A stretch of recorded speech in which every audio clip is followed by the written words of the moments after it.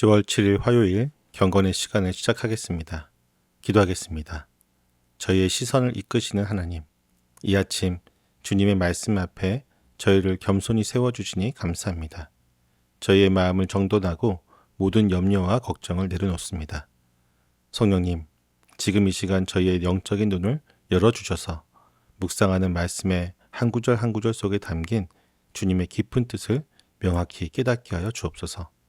저희의 지성과 감성을 온전히 사로잡아 주셔서 이 말씀을 통하여 주님의 음성을 듣고 저희가 나아가야 할 삶의 방향을 새롭게 확인하는 귀한 시간이 되게 하여 주옵소서. 예수님의 이름으로 기도드립니다. 아멘. 사도행전 22장 12절부터 21절까지 말씀을 보겠습니다. 같이 읽습니다. 거기에 아나니아라는 사람이 있었습니다. 그는 율법을 따라 사는 경건한 사람으로 거기에 사는 모든 유대 사람에게 칭찬을 받는 사람이었습니다. 그가 나를 찾아와 곁에 서서 형제 사울이여 눈을 뜨시오 하고 나에게 말하였습니다. 그 순간에 나는 시력을 회복하여 그를 쳐다보았습니다. 그때에 아나니아가 내게 말하였습니다. 우리 조상의 하나님께서 당신을 택하셔서 자기의 뜻을 알게 하시고 그 의로우신 분을 보게 하시고 그분의 입에서 나오는 음성을 듣게 하셨습니다. 당신은 그분을 위하여 모든 사람에게 당신이 보고 들은 것을 증언하는 증인이 될 것입니다. 그러니 이제 망설일 까닭이 어디 있습니까? 일어나 주님의 이름을 불러서 세례를 받고 당신의 죄 씻음을 받으시오. 그 뒤에 내가 예루살렘으로 돌아와서 성전에서 기도하는 가운데 황홀경에 빠져 주님이 내게 말씀하시는 것을 보았습니다. 그는 말씀하시기를 서둘러서 예루살렘을 떠나라. 예루살렘 사람들이 나에 관한 내 증언을 받아들이지 않을 것이기 때문이다 하셨습니다. 그래서 내가 말하였습니다. 주님, 내가 주님을 믿는 사람들을 가는 곳마다 회당에서 잡아 가두고 때리고 하던 사실을 사람들이 잘 알고 있습니다. 그리고 주님의 증언자인 스데반이 피를 흘리고 죽임을 당할 때에 나도 곁에 서서 그 일에 찬동하면서 그를 죽이는 사람들의 옷을 지키고 있었습니다. 그때에 주님께서 말씀하시기를 가라. 내가 너를 멀리 이방 사람들에게로 보내겠다 하셨습니다. 아멘. 바울은 유대인들에게 자신의 이야기를 증언하면서 다메섹에서 자신을 도왔던 아나니아를 매우 상세하게 소개합니다. 그는 아나니아를 단순히 그리스도의 제자로 소개하는 대신 율법을 따라 사는 경건한 사람으로 거기에 사는 모든 유대 사람에게 칭찬을 받는 사람이라고 강조합니다. 이를 통해 바울은 자신의 회심이 유대교에 대한 배신이 아님을 보여주고 유대 공동체에서 존경받는 인물을 통해 그의 변화가 이루어졌음을 강조하여 회중의 호의적인 태도를 얻으려고 하였습니다. 아나니아는 바울 곁에 서서 형제 사울이여 눈을 뜨시오라고 말했고 바울은 즉시 시력을 회복했습니다. 시력의 회복이라는 육체적인 치유를 통해 바울은 영적인 눈이 열려 그리스도를 깨닫게 되었습니다. 아나니아의 이 행동은 바울을 그리스도 공동체를 인도하는 중요한 연결고리 역할이 되었습니다. 이어서 아나니아는 바울을 향한 하나님의 뜻이 무엇인지를 분명하게 전합니다. 그는 바울을 우리 조상의 하나님께서 택하셨으며 그분은 바울로 하여금 자신의 뜻을 알게 하시고 부활하신 의로우신 분, 곧 예수 그리스도를 직접 보게 하셨고 그분의 음성을 듣게 하셨다고 선언합니다. 이는 바울의 회심과 소명이 인간적인 결단이나 우연이 아니라 철저히 하나님의 주권적인 계획과 선택 가운데 이루어진 것임을 명확히 하는 것이었습니다. 이 선택의 궁극적인 목적은 바울이 그분을 위하여 모든 사람에게 자신이 보고 들은 것을 증언하는 증인이 되리라는 것입니다. 이 사명의 선포는 바울의 사역 범위가 유대인에게 국한되지 않고 세상 모든 사람을 향하고 있음을 보여줍니다. 아나니아는 이 사명을 받은 바울에게 더 이상 주저할 필요가 없음을 촉구하며 주님의 이름을 불러 세례를 받고 죄 씻음을 받으라고 명령합니다. 세례는 그리스도와의 연합과 공적인 신앙 고백을 의미하며 이는 바울이 과거의 삶을 청산하고 그리스도 안에서 완전히 새로운 존재로 거듭났음을 보여줍니다. 우리는 하나님의 부르심과 사명을 알았음에도 불구하고 여전히 과거의 상처나 환경적인 문제 때문에 망설일 때가 있습니다. 그러나 주님께서는 바울에게처럼 우리에게도 즉각적인 순종을 요구하십니다. 우리에게 주어진 영적인 권면과 말씀을 따라 더 이상 주저하지 말고 주님의 이름을 부르며 믿음의 결단을 내리고 우리의 삶 속에서 그리스도의 증인으로서 새로운 출발을 해야 합니다. 바울은 회심 이후 예루살렘에 돌아와 성전에서 기도하던 중에 겪었던 일을 증언합니다. 그가 유대 신앙의 중심지인 성전에서 기도하던 중에 황홀경에 빠져 주님을 보았다는 사실은 자신이 성전을 모독했다는 유대인들의 비난이 부당함을 간접적으로 보여주는 것입니다.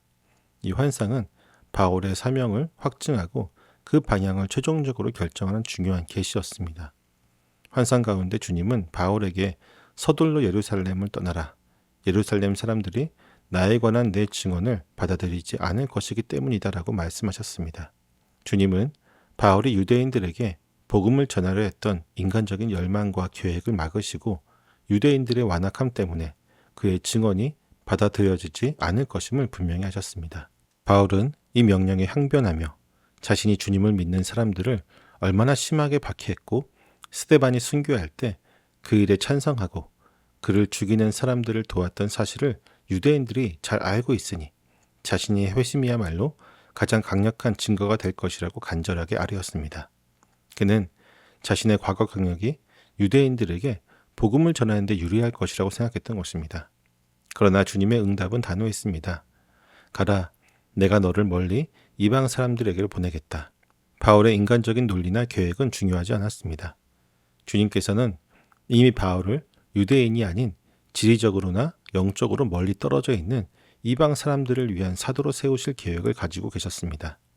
이 명령은 바울의 사역을 이방 선교로 확정하는 결정적인 계시였으며 그를 주님의 보내심을 받은 사도로 임명하는 선언이었습니다. 우리는 우리의 경험과 익숙함이 아닌 하나님의 뜻에 따라 우리의 사역의 방향을 정해야 합니다. 주님께서 우리에게 가라고 명령하시는 곳은 우리가 예상하지 못한, 어쩌면 우리가 불편하게 느끼는 멀리 있는 사람들일 수 있습니다. 우리는 우리의 생각과 계획을 내려놓고 주님이 명하신 대로 소외되고 복음이 필요한 곳, 즉 우리의 삶 속의 이방인을 향해 순종하며 나아가야 합니다. 오늘 본문은 박해자 사울이 하나님의 주권적인 택하심과 이방인을 향한 사명을 받는 과정을 구체적으로 보여줍니다. 바울은 경건한 유대인 아나니아의 권면을 통해 자신의 소명을 확인하고 세례를 통해 죄 씻음을 받았습니다.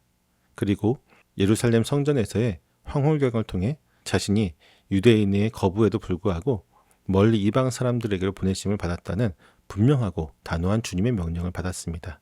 바울의 사명은 그의 인간적인 의도나 바람이 아닌 하나님의 뜻에 의해 결정된 것입니다. 바울에게 이방인 사명이 주어졌듯이 우리는 오늘날 세상의 모든 민족과 복음이 필요한 모든 사람을 향해 나아가야 하는 사명을 받았습니다.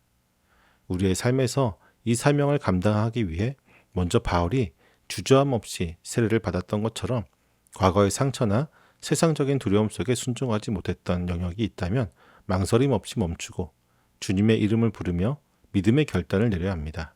나아가 주님께서 바울을 멀리 이방 사람들에게로 보냈듯이 우리는 우리의 일상 속에서 영적으로 소외되거나 복음을 들어보지 못한 사람들, 곧 나의 이방인이 누구인지를 구체적으로 떠올려야 합니다.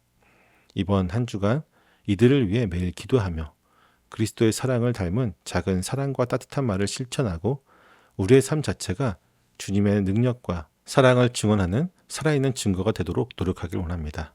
주님께서 기회를 주실 때마다 우리가 보고 들은 예수 그리스도를 담대하게 증언하는 삶을 살아갈 수 있기를 소망합니다.